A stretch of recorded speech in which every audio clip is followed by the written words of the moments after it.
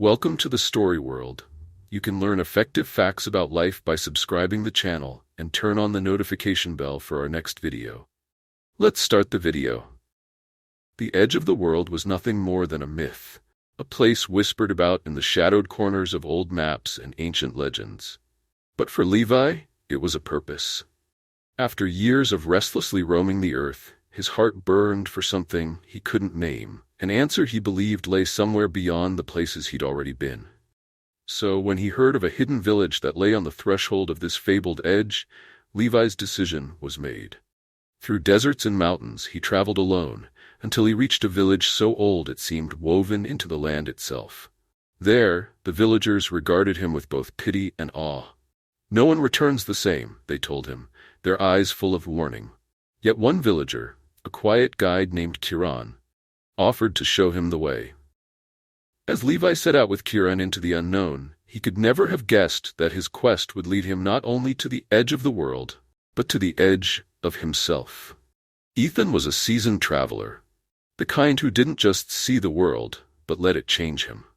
He had been to the dizzying heights of the Himalayas, the quiet canals of Amsterdam, and the sprawling deserts of Morocco. His passport was a colorful mess of stamps, and his stories often sounded like myths. But his journey to a little-known village, nestled deep in the forests of Thailand, would teach him something far more profound than any monument or city ever had. He had heard of Phayapok village from a fellow traveler he met in Bangkok. "It's not on any map," she had whispered, "and the people there live as though the modern world never happened." The thought of such a place thrilled Ethan. After years of seeing sites marked for tourists, a glimpse into a genuine, untouched world was a promise too tempting to ignore. Ethan's journey was arduous. The locals guided him partway, but after a few hours, he was left to his instincts and a compass that was as old as he was. Finally, as dusk settled and painted the forest in shades of orange and purple, he arrived. Phayapok was unlike anything he'd ever seen.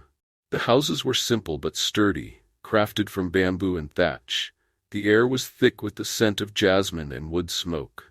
People here walked quietly, their voices soft and respectful, as if they understood secrets he could never fathom. It was peaceful, yet surreal, as though he'd stepped back in time. As Ethan wandered, he noticed a man about his age, dressed in traditional clothing but with eyes that sparkled with curiosity. The man introduced himself as Noi. Ethan explained, in broken Thai and hand gestures, that he was a traveler seeking a glimpse of untouched life. Noi listened patiently, then said something in Thai that Ethan couldn't quite catch. Seeing his confusion, Noi gently took his hand, leading him toward the village center. Ethan was hesitant at first, but sensed no malice in Noi's actions. There, they sat around a fire, where villagers gathered, sharing food, stories, and laughter under a blanket of stars. As the night wore on, Noi offered Ethan a small bowl of rice, a staple dish seasoned with herbs and a hint of something unfamiliar. "It is a dish of our ancestors," Noi said in halting English, surprising Ethan. "We believe it carries the spirit of those who came before." Ethan, humbled by the gesture, tasted the rice. It was simple yet profoundly different from anything he had eaten, as though each grain carried a part of the land and its people. He felt a deep sense of connection, a kinship with these strangers, and something he couldn't quite describe, a feeling of belonging. Over the next few days, Noi showed Ethan around the village. He introduced him to the elders, who spoke of the spirits they believed protected Phayapok and the ancient practices they kept alive. Ethan listened, absorbing their wisdom like water to a thirsty plant. His questions faded as he became more present, more in tune with the life around him. One morning, Ethan watched as the villagers prepared for a ceremony. Noi explained that it was a ritual to honor the forest, a way of giving thanks for the life it sustained. Ethan, eager to understand, asked if he could join. Noi hesitated, then smiled. "Only if you can listen with your heart," he said. They walked into the heart of the forest, where the trees grew thick and the light barely touched the ground. Villagers knelt, placing offerings of fruits, herbs, and flowers at the roots of a massive tree.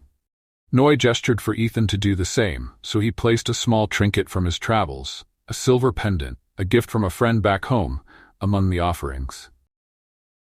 The ceremony was simple, a blend of soft chants and moments of silence, but it moved Ethan in a way he hadn't expected. He felt a connection with the earth beneath him, the trees around him, and even with his distant home. He realized that while he had spent his life moving, he had never truly been grounded. That night, as they returned to the village, Noi shared something that stayed with Ethan. "We believe that every person who visits is part of our story. Some come with respect, others take without giving back. You have given us part of yourself, and so you are now part of this place." Ethan felt a pang of humility. He had been so focused on seeing and experiencing that he had never considered what he could give in return. Days turned into weeks.